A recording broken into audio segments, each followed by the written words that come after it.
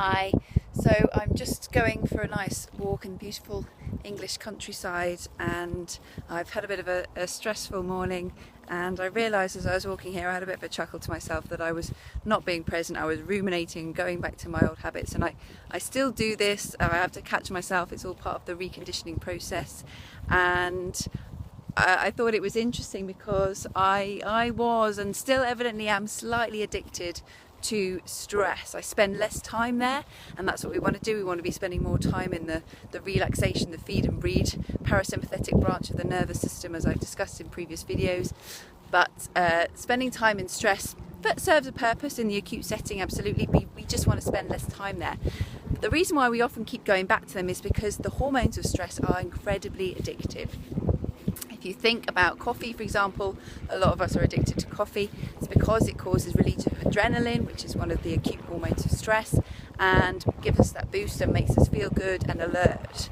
And if you think about perhaps one of the chronic hormones, long-term hormones like cortisol, so if you've ever taken steroids for an inflammatory condition, as we do in eczema, you'll know that it gives you often an initial boost and makes you feel better initially, but as we know, taking them long term can cause problems.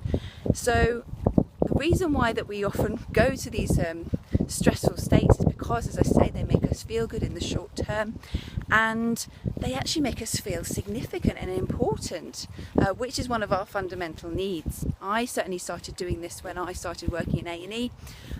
Obviously a highly emotionally charged, stressful situation. It's appropriate to be stressed at certain points of the day, but I wasn't going back out of it, and I was getting addicted to these emotions, and I started to manifest certain scenarios where I would recreate stress in my life.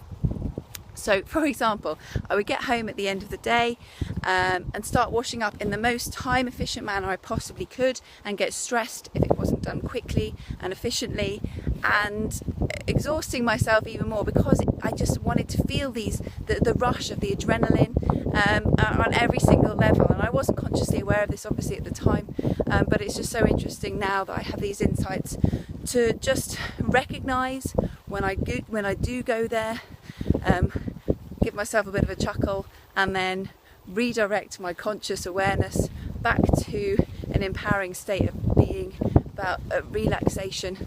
And as you know, I've taught you some examples of deep breathing and ways that you can stimulate this vagus nerve, but it's really important to be aware when you're entering these emotions of stress and bring yourself back.